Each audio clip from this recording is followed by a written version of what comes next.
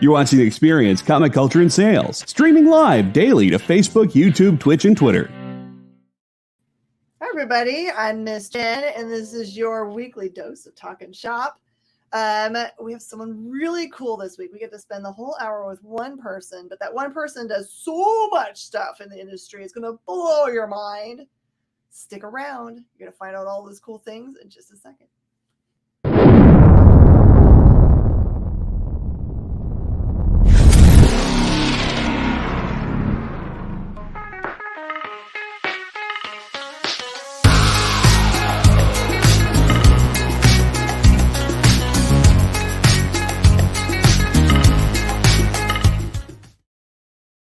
Super excited today because it's been one of those crazy weeks. I'm sure all of you guys have had it, really, that everyone's feeling kind of like at the end of themselves or all exhausted. The con season is in full swing and everyone's tired from loading in and loading back out and traveling and all that stuff.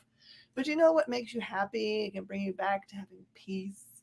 It's going to your local comic shop on Wednesday or Tuesday morning if you've got one of those awesome shops that opens up on Tuesday with the DC books and IDW at this point. But in order to know what world you want,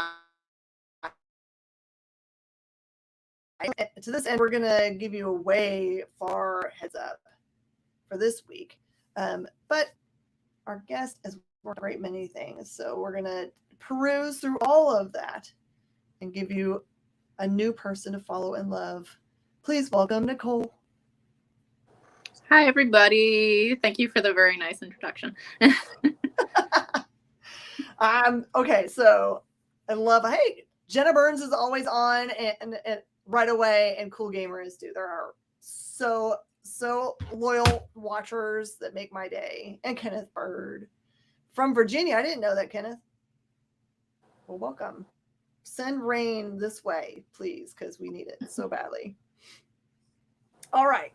So I see that there's kind of a true love of the DC going on behind you, just from like the few copies of comic books that I can see, and the cool sign.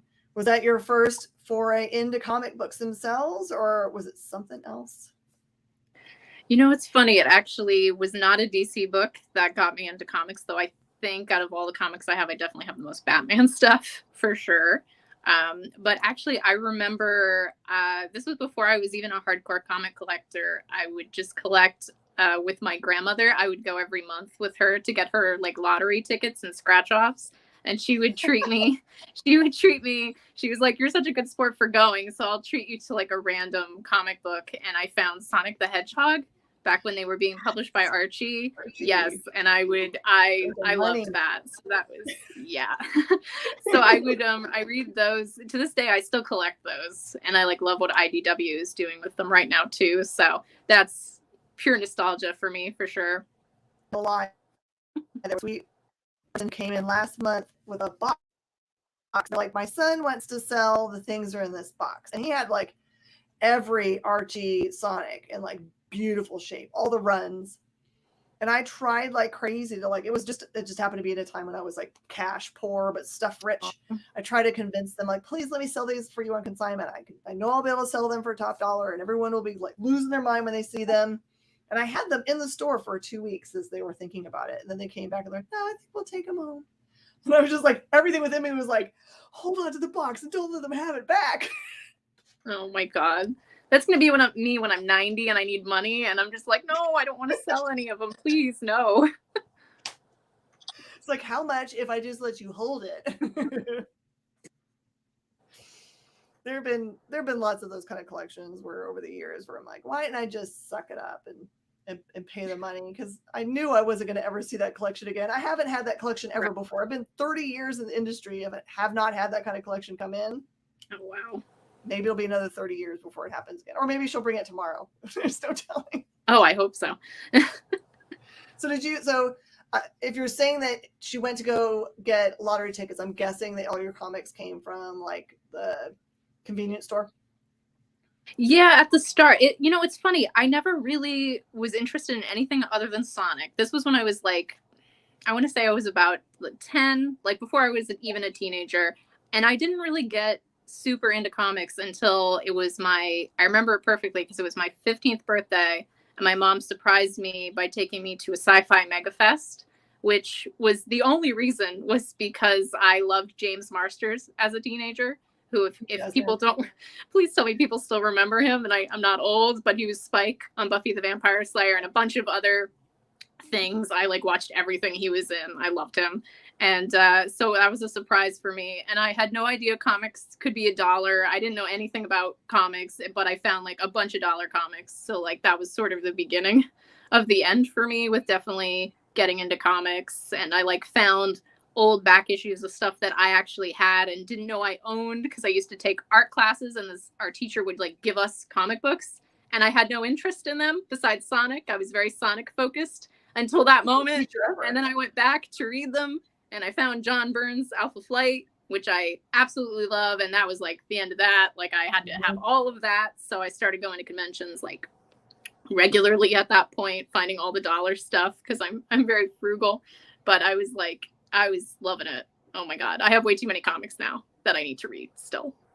So please tell me after you finish with Alpha Flight, someone turned you on to Next Men, because that's John Byrne's like title that a lot of people don't really pay attention to. Some good. You're breaking up a lot for me here, but for the X-Men run. Oh, I still need to read it. That's like one of my on my to-do list for sure. Oh, you know what? I'm gonna take a super quick. It's probably gonna jump for just a second.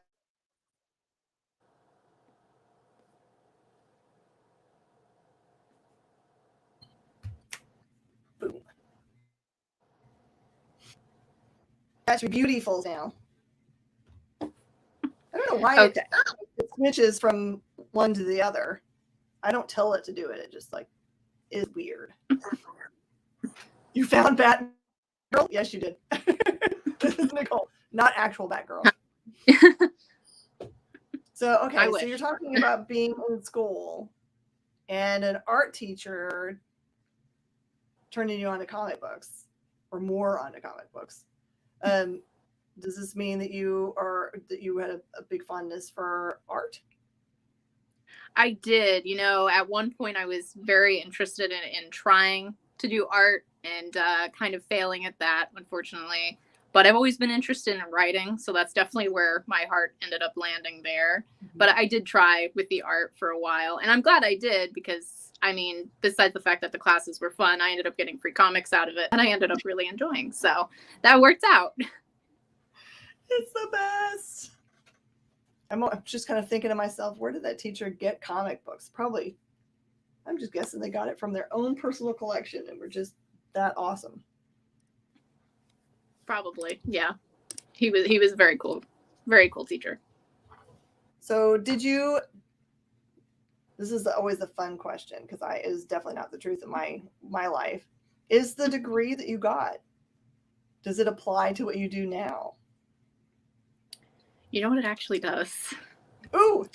Yes. I ended up, I majored in communications with a concentration. My school, I went to Ramapo College of New Jersey, and they did concentrations. So we did communications with a concentration in writing. So it actually, it really helped. Like I know probably English would have been the more obvious answer, but communications was like a really great course for me, especially because I'm generally a very quiet person. So communications was helpful for me to, actually branch out and do a lot of the things I do now. So. Was your family growing up, were they into kind of the nerd culture, or were you odd man out?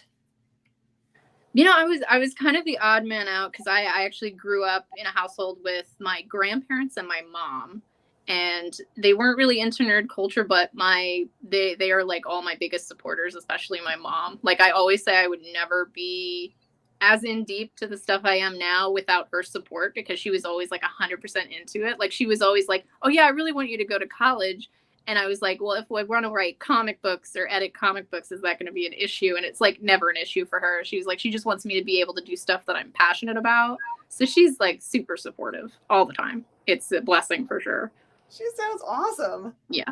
And then my she eventually, remarried, and my dad is great. He's more the one that would be into like the nerd culture. I have yet to get him into comic books. I have bought him some good trades that I'm trying to get him to read. It's not working. Which one? I have to know which one. Which ones do you think are the gateway?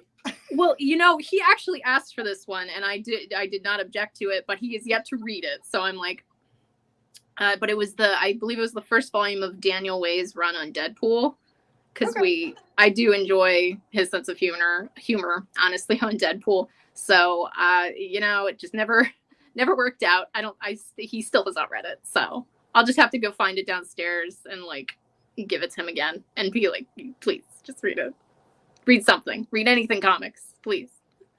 For people that come into our shop, what I call the gateway books that I hand to people that say, especially if they say, I don't like comic books, and I'm never going to like comic books. I hand them first volume of Saga or God Country and make them read it while they're standing there. And then watch it as their face says, oh crap, I like comics now.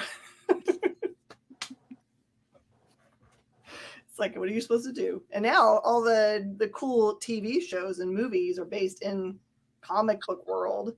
So it's not such a big deal to like them anymore. There's not such stigma. Not Red Room, no.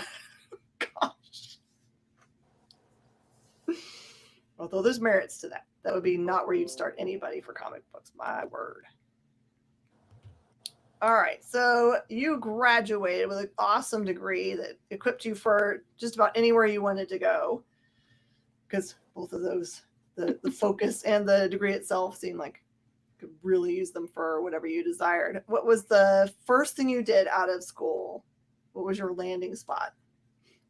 Well, I started, even while I was still in school, I got an internship for a while at a company. It was actually Action Lab, which is another publisher that, I stayed there for a while too, because that was internship. That was my first kind of exposure to the comic industry. Mm-hmm. And, I did a lot of great things there. I kind of like worked my way through the ranks there. I was always a freelancer, but I was able to do editing, writing. I was like adapting stuff for them, like the show Miraculous Tales of Ladybug and Cat Noir. I was able to do some adaptations from episodes to comics and things like that.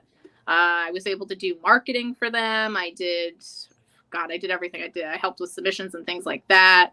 But I ended up doing that. I was with them for from the internship, I believe I did that for 6 months, graduated. When I graduated, that was when I officially became a freelancer with them. So I was there for 5 years. And then, I feel like I'm extending this question a lot, but no, it's important. But yeah, that was like the main thing I did. I did some other, I still do some other freelance stuff on the side, of course, with independent creators. And I've worked for my college professor too on the side, doing editing and things like that. But, eventually I kind of moved on from Action Lab for a variety of reasons, mostly because I kind of realized recently that I very much got it in my head that I could really only work there. My self-esteem was not great. And I, for whatever reason, got it in my head that I couldn't work anywhere else but there. And I realized that I was putting too much of my time on one place and that I really needed to kind of expand my horizons. And I was making connections with other people that I felt were just stronger. Mm-hmm. So I ended up moving on from there to where I'm at currently, which is, mostly Scout Comics, but I do a bunch of other things too for places like Tapas Media, which does a lot of webcomic stuff, J-Novel, and then again, just a bunch of other independent things that are a lot of things to list. So, this is a good conversation to have because someone that's thinking about going into comic books might also get in the same frame of mind that once you start working for a comic book company, that you have to stay loyal to them and can't put your feet in any other pond. But you found that wasn't true at all. It really wasn't. And I was really kind of putting myself, I think, down a lot, which was, I think, one of the reasons to kind of step back and maybe explore my passions a bit more. One of the other things was that, I was doing a lot of great stuff. I was able to work on marketing and submissions and editing and writing, but I was it was taking way too much out of me and like doing less focus on the things I really loved, which was mostly the editing and writing. So now that's more of my main focus now. I still do things outside of that because I really enjoy it. I like to always joke that, but it's very true, that I find working on spreadsheets relaxing. So like one of the things I'll do for Scout is I'm the director of their digital content. So a lot of the things I'll do is mostly fill out spreadsheets for titles and get them on digital platforms like Comic Plus and Hoopla, Comixology, things like that. So like, I don't know, I'm trying to focus more on things that I'm passionate about and that just are relaxing. God bless you, because I have never met a spreadsheet that I liked. My sweet husband always helps me out with that because I don't know, they are befuddling. And I feel bad about that, but I'm well matched, I guess. I've met more people that feel that way, so I understand. I mean, I have staff members that they love, it just like makes them so happy because it's like, it's a known quantity, right? It's like doing algebra. There's always one answer. You know how to plug in the parameters of each square, and that will make it always be so. My brain's just like, no. It's just like trigonometry. My body, I loved all math at trig, and I was like, nope. My brain said, no, thanks. Spreadsheets for days. Jenna loves them. Jenna, one of our watchers, loves them. All Jenna right, knows that. That's, yep. All right, Jenna is asking a question. Favorite thing to ask is, what's your favorite movie or TV show? Oh, God. I like to preface this by saying whenever I say something's my favorite, it's whatever mood I'm in at that moment, and it could change in like a week. So I'm trying to think. I'm trying to think of something that's been my favorite for a while that doesn't usually change. This is going to be a very odd one considering I write very different from anything like this, but I like watching anime. And probably one of my favorite shows would have to be My Love Story, which is just, if you ever want to relax and just put on a kind of romantic anime that's just sweet, like there's not really fan service or anything like that. It's just a very sweet show, just a sweet love story. That's like probably my favorite, at the very least, my favorite romance anime, if I get very specific. So it's not a lot of drama. No, well, you know what? It's so cute because like literally one of the episodes, the drama of the episode is that she feels guilty that she wants to hold her boyfriend's hand because she feels like it's too indecent. Like that's how precious they are. It's really cute. But yeah. Okay, I'm gonna have to check that out. You said it was like My Love Story? My Love Story, yeah. At least that's the English title. I do not know the Japanese off the top of my head. So you're getting the English title from me. Find it. Jenna says yes. I don't think Jenna partakes of every single thing. She knows all of the corners of the nerddom universe, which is perfect. I will love you if you've watched that, Jenna, because I don't think I've met someone who has, even though it's very good. Jenna also speaks many languages, so it wouldn't hinder her if she had to find a Japanese version, probably. Jay says, so we have a husband and wife team on right now. So Jay and Jenna are married, and they're adorbs. They're like that storyline. They are My Love Story in real life. That's perfect. So cute. Okay, well, let's get more into what you do. Editing is kind of one of those like mysterious things that people understand what it means, but may not understand what it looks like on a day-to-day basis. So just kind of like tell people what is editing to you? When do you get the project, and how much fingers do you put into it? With that, it definitely depends on where the project's coming from. Like some examples being, let me see. It's like, which company do I start with? Probably, I guess I'll start with Scout because that's like a big one. That one usually starts right at the beginning, like after something is submitted to them and they pair me up with that title. And with them, it's nice because in addition to being the editor, I'm basically the project manager on the title. So I can be very like close with the creator. I can talk to them a lot about scheduling or if they need any scheduling done. But, first and foremost, it's figuring out how much they have done so far. Like sometimes they'll come in and they'll have all the scripts done and ready to go into art. Sometimes art will already have been started. It really depends when they submit it. There's a variety of basically places in the production they could already be. And I mean, my job is basically, one of the first things I'll always tell them is I'm never there to dictate anything to them.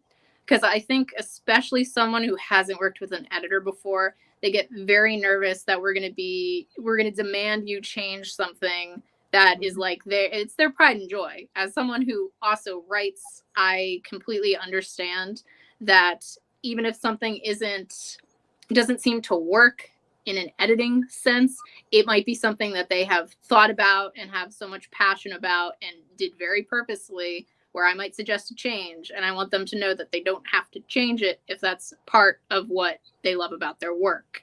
Now, I am going to make suggestions regardless, about things that might not work. Like when I go and edit a script, for example, of course I'll tackle basic stuff like grammar and spelling, right away. That's much more easy to talk about, especially because with places like Scout, usually it depends on the company, but they might be working with a particular style guide that you like to follow kind of consistently across titles, which again doesn't apply to everyone. It's not like you must do this, you have to do this, because again, it's your own style.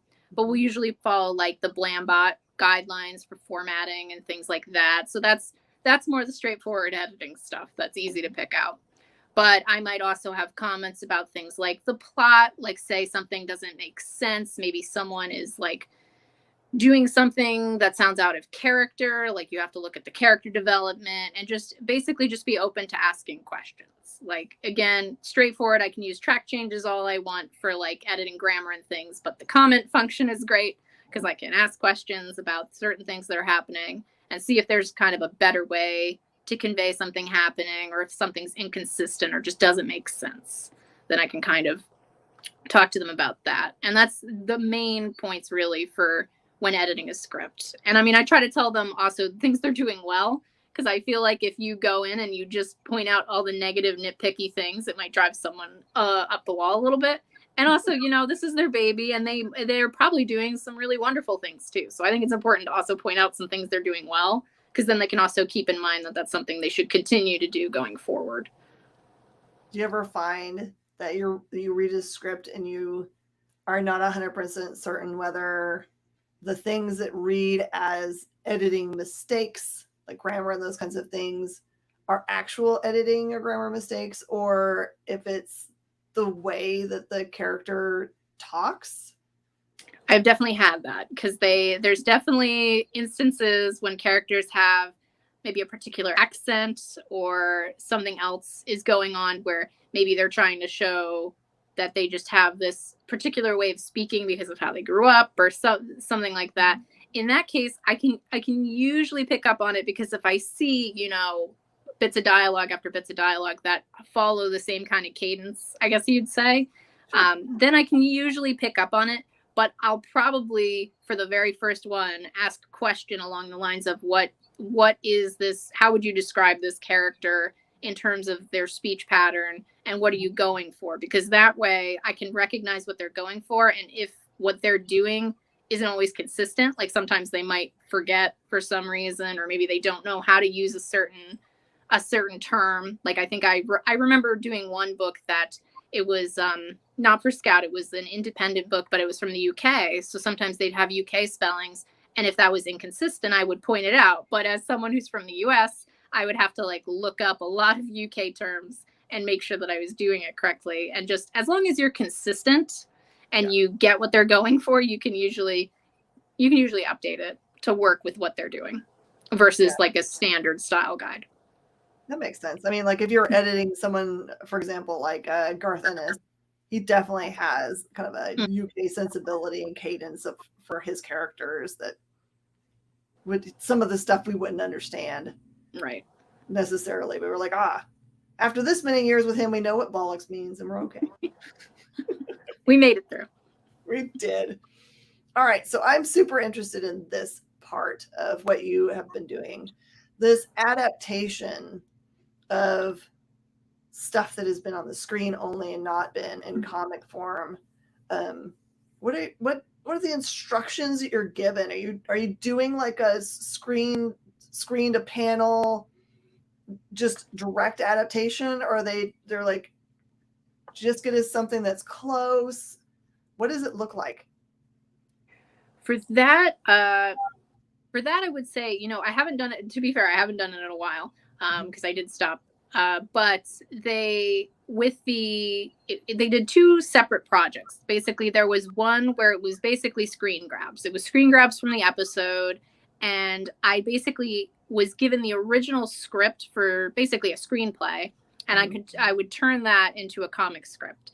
And sometimes that would involve, because you can only screen grab so much and you have to make sure it makes sense from panel to panel. So I was basically given the screen grabs in a page of panels, and then I had to fit the dialogue in or pick where dialogue went. I could also, it was very fun to make up sound effects. I didn't know that would be something that I would be able to say I could do for a living, but I got to write all the sound effects because they don't really write out the sound effects in a screenplay. They're just like, this makes a noise.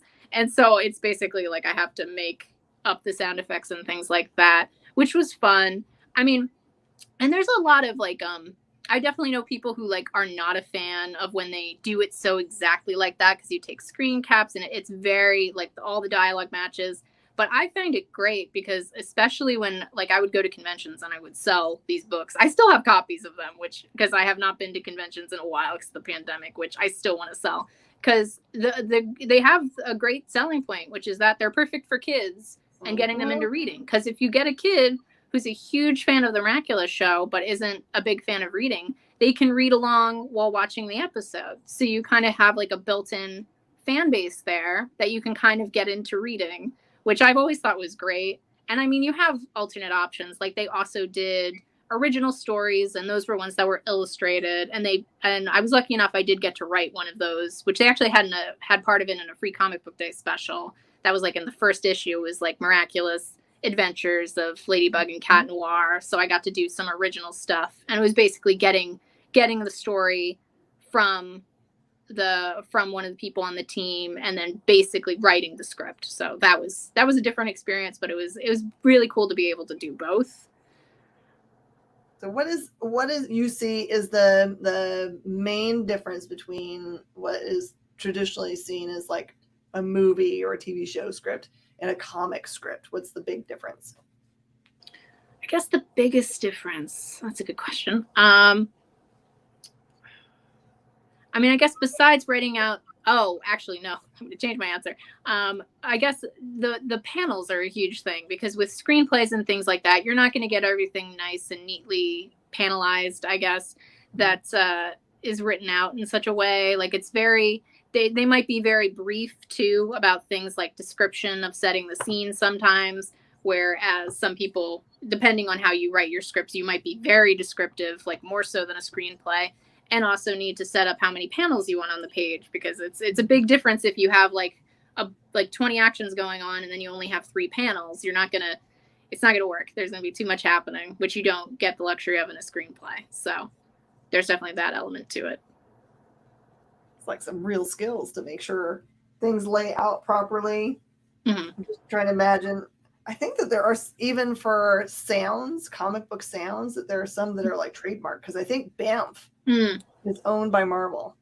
Banff, and I think Snicked, the sound that Wolverine's claws make, I think that is too. Because I think I had to look that up because I wanted to use those sounds and then realized, they're copyrighted, so not doing that. Nope, never mind. I only know about the Banff one, even though I don't think of Banff as a sound that I associate with Marvel necessarily. But there was a really awesome comic book store named Banff that they made them change their name. So dumb. I didn't know that. Oh, that's a shame. It's like, come on now. They're just showing the love. Who owns Derp? I don't know. America. Oh, Thwip. Oh, I bet you Thwip. Oh, I would guess Thwip. Yeah, Thwip got to, yes. You guys throw some traditionally well-known sounds. There's a lot of Batman ones, right? they've got to own the Batman. Oh, sure. I'm sure. I can't even imagine that they wouldn't have those. Doink? No, I don't know Doink. Oh, I hope it isn't. That's a fun sound. I hope that's not copyrighted. Surely, like, and this is not a Batman sound necessarily, but surely Zot is. Because it's just such a ridiculous sound. Bam, pow, and biff. Yep. Copyright rules are so odd. That it's funny because I sometimes bring that up when I'm editing for people, and I always preface this by saying I'm not a lawyer and you should not take my advice on this in any way, but you might want to look this up to make sure it's not copyrighted. Because one thing I see sometimes is people will put song lyrics into their comics, and the only reason I know that it can be an issue is because I remember someone put song lyrics in there and they made sure to get the copyright, like the licenses, everything they had to do. They made sure to get all the copyright for it. And that was a big selling point in their book, is that they got all the copyrighted rights for all this music. It was allowed to be in the book. So anytime I see people with song lyrics, I'm like, maybe look into this. If they're doing a parody of like a real person, and it's not a parody, they just straight up use the actual person's name, and it can be considered very derogatory, which I don't really come up against often. But if that's something that I would also be like, maybe check with someone who knows lawyer things, because I don't. I'm pretty sure that some things are just like fair warning things, because like Keen Spot does an awful lot of like Trump and AOC, and they use their names even and their likenesses, and they get to be superheroes. So maybe they just think it's super cute that they get to be superheroes, and they're like, fine. They're fine with it. Yeah, I mean, see, it like independent. Like if you're very independent, you're very small time. I mean, you could probably get away with a lot of stuff like that. But I mean, at the same time, that stuff makes me so paranoid. That's why I always point it out to people. I'm like, maybe check about this. Again, I'm not a lawyer, but maybe just to calm my nerves, you could check about it. Well, it's better to know early on, right, when you can fix it. Once it's sent off to the printer and it's in print, then all you can do is get sued. You don't want that. Yeah. So it's an important step. Yeah.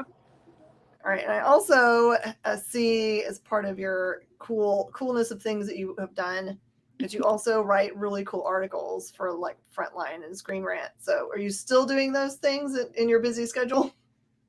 You know, I have to cut back on those a little bit. I recently actually stopped writing with Screen Rant, which, you know, it's a shame, because I really did like, especially because I was able to do a lot of more independent stuff. I know that they do a lot of really big like DC and Marvel coverage, but I kind of found my niche there by doing like independent titles and writing up kind of like when they're upcoming and things like that.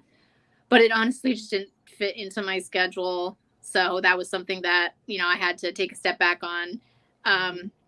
But Comic Frontline, I'm still going to try to keep doing that as long as I can, because with that, it's like the only articles I write for them are actually interviews. Like I do a whole Kickstart the Week series where I basically just showcase Kickstarters that are live at the time, and I talk with usually the creator, but if there are other people on the team who want to talk about it, it's all like in a written format. So I get it out. I can get those out fairly quickly while the Kickstarter is still up, and I can help a lot of people promote things. And I've met a lot of really good people that way. So that's not something I want to stop doing anytime soon. I just have to do it. I've found I've had to do it a lot less often than I used to. But yeah. You know they've got to appreciate that, because right now there's so much noise, because there are a lot of great comic books happening. There are a bunch of new comic book like publishers popping up. Like I see them every time I do my new initial orders, that they're like, okay, well, where did this new company pop up from? And I'm just assuming it's people that also have stuff at other companies that are just like, let's do our own thing also. But how do you just like cull all of the crowdfunding sites to find ones you like, or do you have them? Does everyone connect with you now? You know, nowadays, yeah, everybody usually connects with me. Usually a lot of the ones recently have been people I've interviewed before, or maybe I know them through editing their work in the past and things like that. So people usually reach out to me because I'm on all the socials. I'm like, you can message me if you want to do that. If you just message me and I'm like not drowning in work, which I try not to be all the time. I'm kind of keeping my weekends free sometimes. But yeah, I try to, usually people reach out to me about it. Honestly, if I had more time, I'd probably try to reach out to people. But at this point, you got to ask in order to get on it, basically. I totally understand that. How did you connect with Scout? Scout, yeah, I originally connected with them because I knew Andrea, who is their editorial director. He's amazing. I met him he was the editor on a book called, it was Cold Blood Samurai. And that was actually a book that was at Action Lab that I had also been editing.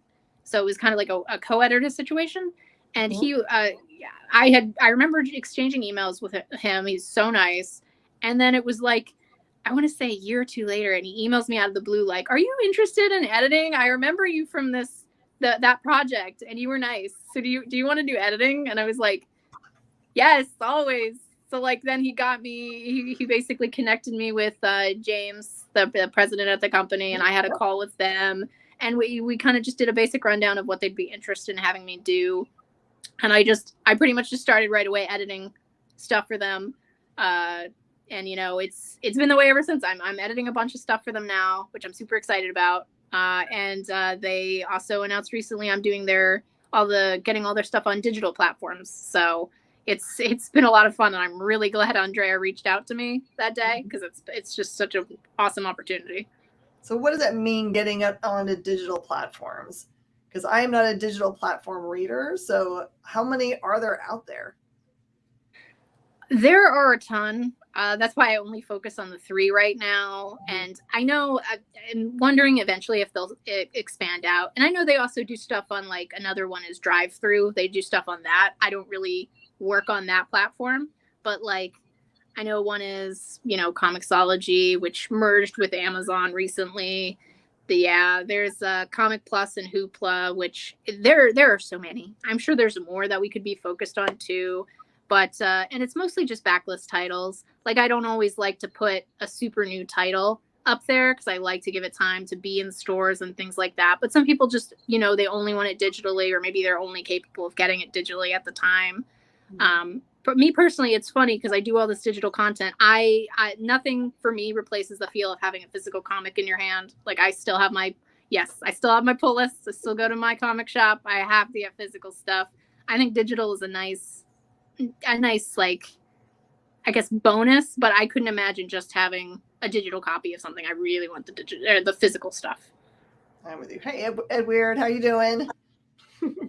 Got people popping on.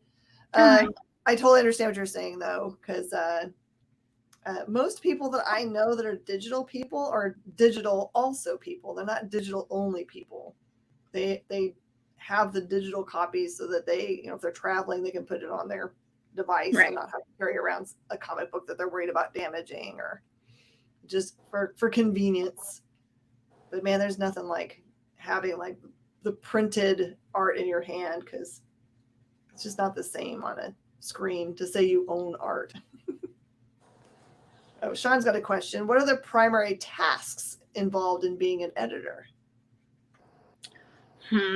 Good question. I mean, there's so many things. I mean, and part of it is, again, it depends on the company you're working for and what they're interested in having you edit, and also talking to the creator of the book itself. Like, you have the basic stuff like spelling and grammar. That's the straightforward stuff that I was talking about before.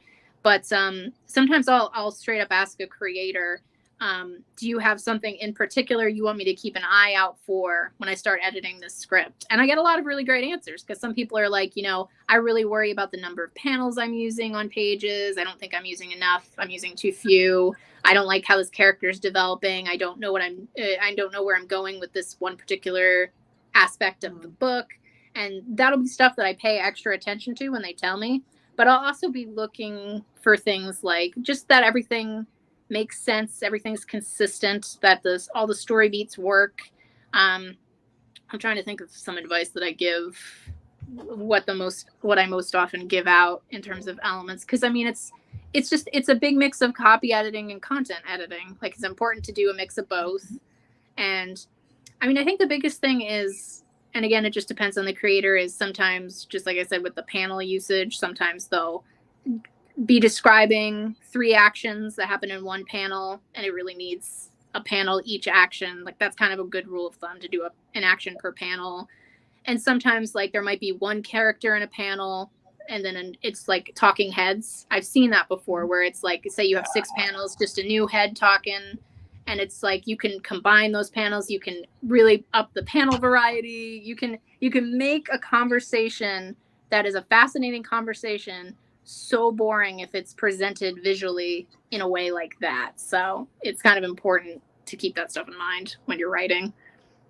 It's true. And so you also help like writers out to figure out that, okay, your direction in what needs to be in panels when you have big conversations needs to be changed up. It can't. Right.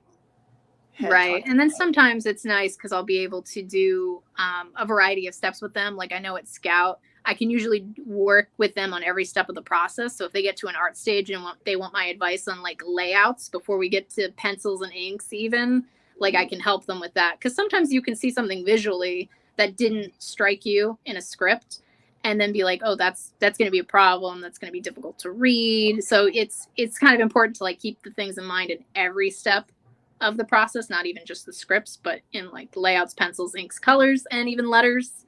So that's important to keep in mind. I don't know if everybody necessarily, like people that just enjoy comic books in a general way, understand how important editing is to books and how much the editors themselves can be known for their awesome work. I think about people like Shelley Bond and Karen Berger, and they became famous for doing what they do well and get a name for themselves that is like, you know, like they're known for like, this is why these books were so good. They made sure they were curated to be the best they could be. So I think that's awesome. So Ed Weird is saying that he uses digital only to preview a book, and then if they like it, they'll buy it. The physical book. I like that. Also, he always asks, are the creators usually open to your advice, or you find yourself butting heads with writers? I can't imagine anyone butting heads with you. So I appreciate that. Probably because I'd run away. No, you know, I've been very lucky. I've worked with a lot of really awesome people, though that's not to say if they butt heads with me, they're not still awesome, because sometimes, you know, they really want their work a certain way. And I mean, obviously, like the first thing I tell a creator, and I think this honestly is a big step over avoiding us butting heads, is me saying I'm not going to dictate anything to them. Mm-hmm.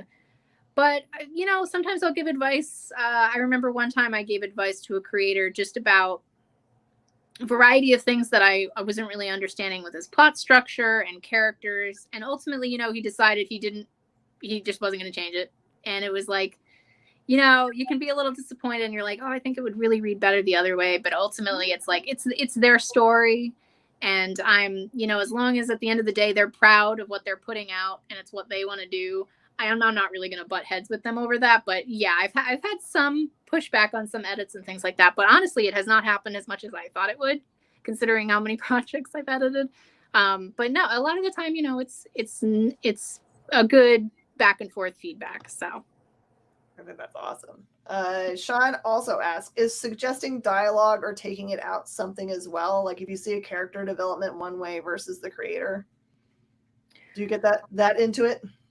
I do. Personally, I get very involved in that. I mean, sometimes you might get somebody who specifically asks you not to do stuff like that, but that's honestly, I'm more interested in editing when I can be more hands-on with it and do things like that. Because especially with like I like how you pointed out how the question points out the character development one way versus the creator, because that's a big thing where sometimes if you get a line of dialogue that sounds like it's coming from a completely different person, it can be an issue, which I like to tell the creator it's a good thing that I can tell that, because it means you're writing your character really well and consistently. Like you've created a character that I can maybe relate to or understand so well that I can point out when I think things are a little off. Like I work with one creator who has so many characters, and I love talking with her about her characters because she's so passionate about them. And she could write like a novel about each one, just focused on their profile, really.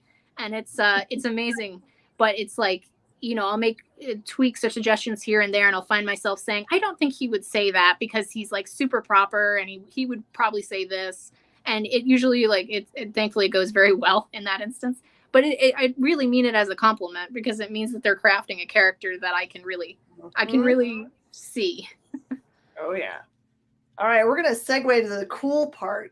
This week on FOC, which for anybody that has no idea what FOC is, it's for the retailer. We get a final look at our numbers for titles. It's our last chance to maneuver the numbers with assuredness that we would actually get the comics. We can actually go in later on and try to, all right, I need 3 more, please. But the print run's usually sent by then. So sometimes you can't move one way or the other. So FOC is this week for a cool title that you are doing. We were just talking earlier that my backdrop kind of looks like it's a layup for this, but it's not. It just happens to be there. The Road Trip for Hell sounds like an awesome title, and just from the title alone, I'm sure that everyone's going to want to read it because it's just like, okay, we've all had one. So is this based in reality, like experiential, or is it fantasy, sci-fi? Where does it land? I definitely call it, definitely not. Based in reality is an interesting way to put it because it's basically like high octane adventure and action. But it has a lot of horror elements to it because I'm a huge horror fan, which you would not know from me saying I love my love story. But I swear I am also a horror fan. I do watch horror movies. I have seen them. But no, so it's, has a lot of dark. It also has a lot of dark humor as well because I don't want to get too depressing. But the basic concept of it is a guy who finds out that his father was the devil, which he never knew because he lived as a very ordinary person. He's like a California dude who was born with an ability, but considers himself relatively normal otherwise, until he finds out his father was the devil, and the devil has died and named him the new king of hell, which is a problem for him because he finds out that in order to accept the title, he needs to travel to hell, which I won't spoil where that is, because it's kind of an inside joke it's a joke for me, but it's at the end of the arc you find out where hell is, and he basically has to go on a road trip to get there. The problem is that if anyone kills him from hell, then they get to become the new king of hell. And of course, everybody's escaped from hell because there's no devil to stop them from. So I just took a bunch of horrible historical figures like Attila the Hun, Adolf Hitler, everyone horrible, and they're all trying to kill him. They're all trying to kill him, and that's what it's about. So he has to kind of race to hell before any of these people can kill him. And my hope is that with each arc that I do, you get another leg of his trip and a different bunch of historical figures that are going to try to kill him. So I like to think you get to learn fun, horrible history facts as these people try to kill him. I did way too much research on some of these horrible people, which puts you in a weird headspace, but it's a lot of fun to write. That's basically what it is. Yeah. I'm hoping at some point, and not just in the first issue, you get around to the like, how in the world did he become the son of the devil? Surely he's got to have his mom explain things. Oh, there's definitely interesting backstory, though I will say that's not going to be explored for a while. My hope is that I have made the characters compelling enough. Yes, I'm hoping I've made the characters compelling enough because you very quickly find out at the very least that he, is adopted. So he didn't know his parents. Now he does, at least one of them. So there's a lot of questions about his past. And you also get hints about his human past, like how he grew up. You kind of get some hints at that. That's something I'm hoping to reveal more of. But a big character in the story is actually his sister, his adopted sister. So they're not related by blood, but a big thing I like to play with the series is like, this is kind of like the ultimate nature versus nurture kind of thing. So I like to play with elements like how he's so close to his sister. They have like an unbreakable bond. And it's very important to me because a lot of things about nature versus nurture and how blood is thicker than water, which is not, that's not even the original saying. It's like, it's just a fascinating concept to me. And I like the fact that I can write a story where he's so close to his sister who's not biologically related to him. I tried to make her as awesome as possible. I love her. She's probably my favorite character that I've written so far in the story. I'm horrible to my characters. You will find that out very quickly when you read this. Because she right off the bat, and you can see this in some of the preview pages I have set up, because this was actually something originally on Kickstarter, and I have some preview pages on there if people want to go search for it. But she is recovering from a mastectomy because she has cancer. Because again, I'm horrible to my characters. I'm so sorry. I love them. I swear I love them. But she's like a badass. She's like making jokes from her bed. She's like an amazing, amazing character. So she's a big part of it. He's a big part of it. There's a third person that, again, if you go to the Kickstarter, it's kind of spoils it. But there's another person who will kind of join their ragtag group, who's much more capable than either of them of fighting, to hopefully get them out of the situation alive. But yeah, that's kind of, it's a lot going on. So I'm so sorry for them.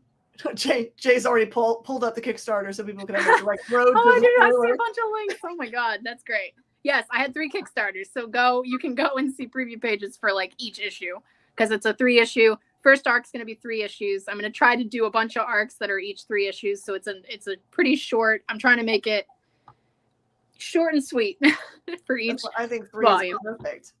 Yeah, but it'll be that many for each volume. My dream would be to have it be 6 volumes long, but I'm getting ahead of myself. But that's what I've been spending my weekends doing. Finally, writing more, because I took way too much of a break. So, but the first issue is going to be released by Scout, which I'm super excited about, and that's fittingly supposed to come out in October. So, okay. So Edward, there's your answer. October. Yeah, I always hesitate to give an exact date because I know the paper shortage is still a real thing. I haven't seen people talk about it a lot, but I feel like that's still a real thing that can affect release dates. So I like to say I hope October, but it's not really something that people can control. So I understand it might not be October, but I'm hopeful. Yeah, I've gone to telling my regular customers to be like, well, why is this book isn't out this week? It was supposed to be. It was listed to be out this week. I'm like, welcome to the pandemic, I guess. We do want to show the A cover. Show us the pictures, because the covers are really neat. They give you an idea about the art style. So this art cover is done by whom? I feel like this is Monica McCogney. She does the interior art as well, and the colors are all done by Joaquin Pereira. So it's the same creative team who does the interiors. Monica's style's actually changed a bit so the interiors from issue 1 look a little different than the cover does. Mm-hmm. And issues 2 and 3 are a bit more closer to her current style that you'll see on the covers. But I have always loved her art. She has gorgeous art. So and the colors just complement everything so well. So. And it feels like at least the cover style is very inspired by manga. Mm-hmm. Oh, definitely. Her expressions, the expressions that she puts on characters' faces, always give me manga vibes, and I love it. Love it so much. Especially this dude, the guy with the mustachio. That is such a classic face. So perfect. But I want to show you guys the B cover. We can't show you C because it's a foil one that we don't have yet. But I love this. This is our good friend Molinari. You recognize his stuff. Oh my God. This is my first time working with Marco too, and it's been amazing. I love them, and we're hoping we should be doing more, so it'll be like a nice set you could get with each issue, because I love the tarot card look. Mm-hmm. So it's gorgeous. I love it. And yeah, you mentioned the foil one. That'll be like cover C, but it's basically this cover but in foil, which I'm excited about. You guys can see, like, he's pointing at something. It's got, he wants you to sign something, and it says, "Have fun in hell." Justin Birch on letters, question mark? Yes, I was just going to say, yeah, Justin Birch is on letters. He's amazing. I think I've worked with him on just about everything I've done. He's great. He's my go-to letterer. He's great. I love seeing, like, people making their own little, like, creative groups. It's just, like, after a while, you don't have to say a lot to each other, right? Because you already know kind of what your creative process is. So you can just be like, actually, I've heard this from someone that says that they worked with an artist so much that they just write on the script, big battle scene for 3 pages. And they know they're going to do exactly what they want. It's amazing. All right. Edward wants to know, what audience is this for? Mature, kids, everyone?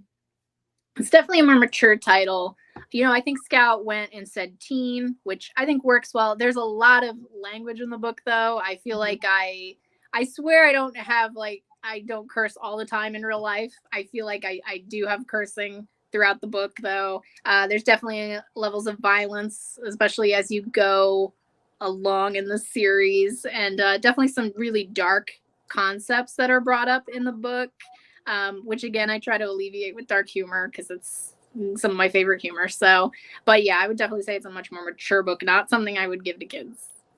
Yeah, it's so funny. As in my own life, I don't use foul language, which was the joke earlier. Someone posted up like that it really be called Road Trip to Heck, which is what it would be called in my store, because I changed the names to everything just for fun. But it is kind of interesting. I find love reading things with language in them. I don't know. It's like you just get to live. That's what books are for anyway, for escape, right? Yes. I grew up reading Stephen King, so I blame him for all of my language. Yeah, I'm one of those weird anomalies that I love all of Garth Ennis's stuff. It's like the boys and creature doesn't seem to match my normal life, which is hilarious. All right, so we have just like a minute or so. We're gonna do a quick round. Don't think about it. Don't think about it. Just say what the first thing is in your head. Your favorite comic right now. Swamp Thing. Perfect. I didn't think about it. And the classic Swamp Thing. Classic Swamp Thing. Perfect. And where should they follow you to get the best information about what's coming up next for you? Best information. Most of my socials are going to be comic_maven. Mostly active on Twitter.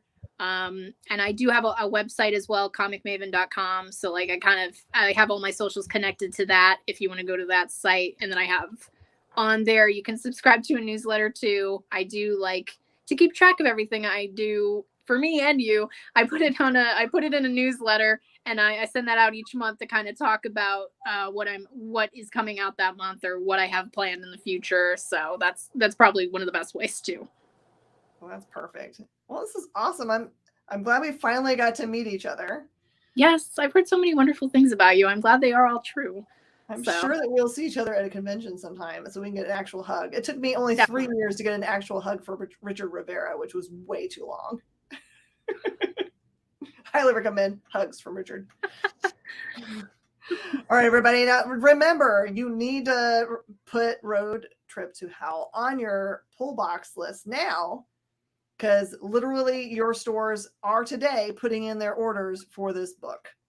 And you don't want to be that one kid that shows up at the comic book store with their $2, says, "What? I want the book, please."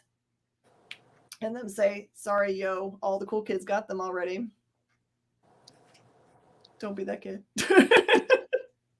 All right. Thank you so much, Nicole. Everyone stick around to the EXP because we got awesome stuff coming up right after this. See you later. Thank you so much. Bye. Join the party. Head over to our link tree to find all the links for everywhere the experience is all the time.